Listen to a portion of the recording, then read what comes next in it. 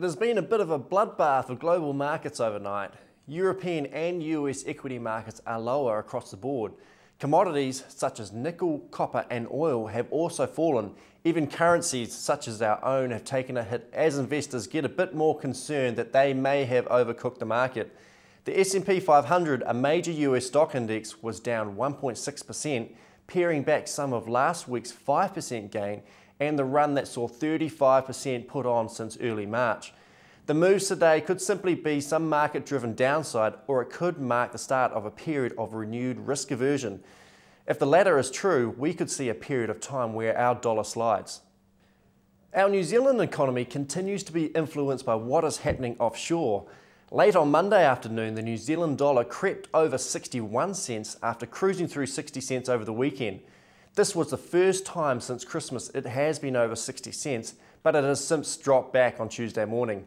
Wholesale interest rates are also being influenced by offshore debt issuance. The recent UK budget showed just how much governments need to raise over the coming few years. Governments are having to spend to support their economies, but aren't receiving the same tax revenues.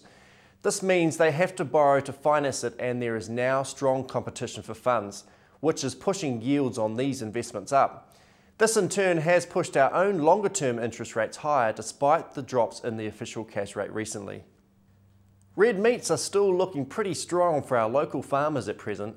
US imported beef prices rose again last week. With lower supply coming from New Zealand, some slightly higher prices may be apparent until we see the beginning of the cow cull in the US. Lamb markets are also going strong. It is estimated that we are well through the available numbers for slaughter this season, and so there will be competition from meat companies for the last of the supply. This pressure will help prices through the end of this season. Moving forward to later this year, I wouldn't be surprised to see some downwards market pressures for both beef and lamb prices. However, moving to a longer term outlook, demand for protein products is still strong. New Zealand produces a very clean and safe form of this, and so we are in good shape.